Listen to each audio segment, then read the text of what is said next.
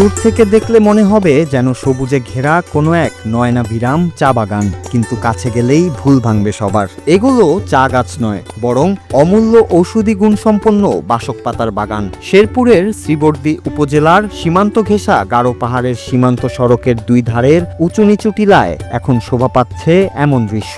বনের সামান্য পাতাই এখন অমূল বদলে দিচ্ছে পাহাড়ের প্রান্তিক মানুষের ভাগ্য।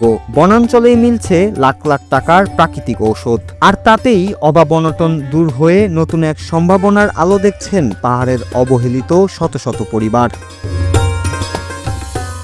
ময়মনসিংহ বন বিভাগের অধীনস্থ বালিঝুড়ি রেঞ্জের উদ্যোগে বালিঝুড়ি, কর্ণঝুড়া, মালাকুচা ও ডুমুরতলা এলাকার প্রায় ৩৫০ হেক্টর টিলায় গড়ে তোলা হয়েছে বাসক পাতার এই সুফল বাগান। কাঠবাগানের নিচে পরিত্যক্ত জায়গায় ২০১৯ সালে পরীক্ষামূলকভাবে এই চাষ শুরু হলেও পাহাড়ি মাটি বাসক চাষের উপযোগী হওয়ায় মিলছে অভাবনীয় দ্রুত সাফল্য। সবচেয়ে আশ্চর্যের বিষয় হলো এই বাসক গাছের পরিচর্যায় কোনো বাড়তি সার বা কীটনাশক লাগে না। এমনকি গরু, ছাগল কিংবা বুনো হাতিও এই পাতার কোনো ক্ষতি করে না। ফলে বনের উপর নির্ভরশীল স্থানীয় উপকারভোগীরা স্রেফ সামান্য দেখভাল করেই কোনো খরচ ছাড়া ঘরে তুলছেন বাড়তি আয়ের টাকা। আমাদের এই বাসক পাতা একটু শুদ্ধি নেগলে কাশ হইলে এই বাসক পাতা কেউ কেউ চাবাই খায়, কেউ কেউ জাল দিয়ে খায়। আমাদের এলাকার কাশের বোতল আর কিনে খায় না, কাশের ওষুধ এই দিদি চলছে। আমাদের দেশে জ্বর ঠান্ডা লাগে তখন আমরা বাসক পাতার পাতা নিজেই তুলে এনে একটু জাল দিয়ে খাই। আমাদের জ্বর, এই সর্দি, কাশ এগুলি ভালো হয়ে যায়।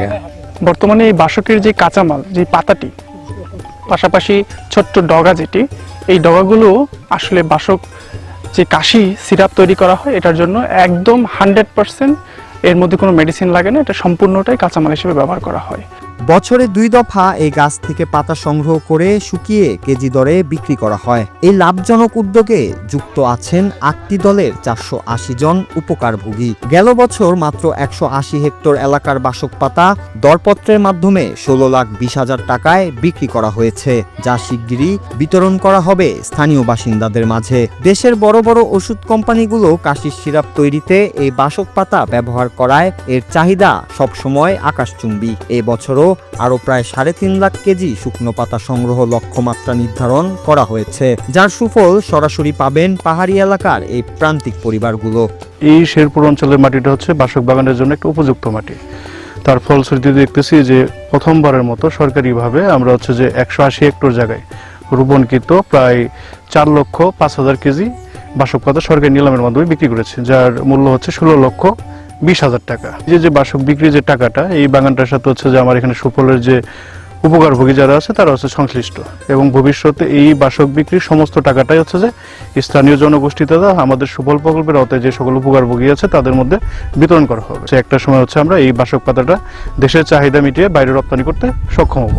শুধু অর্থনৈতিক সচ্ছলতাই নয়, কফ ও কাশি সহ ঠান্ডাজনিত নানা জটিল রোগে এই বাসক পাতার রস খেয়ে দারুণ উপকার পাচ্ছে স্থানীয় বাসিন্দারাও। শেরপুরের এই সফলতায় অনুপ্রাণিত হয়ে এখন ধীরে ধীরে গারো পাহাড়ে ঔষধি গাছ লাগানোর পরিধি আরও বাড়ানোর পরিকল্পনা করছে বন বিভাগ। পরিবেশের ভারসাম্য রক্ষা করার পাশাপাশি অবহেলিত পাহাড়ি জনগোষ্ঠীর ভাগ্য বদলের এই সবুজ উদ্যোগ সত্যিই এক অনন্য নজির সৃষ্টি করেছে। বনের এই সবুজ পাতাই যেন হয়ে উঠেছে পাহাড়ের বাসিন্দাদের পরম আশীর্বাদ। Noor Raju, Bangla TV, news desk.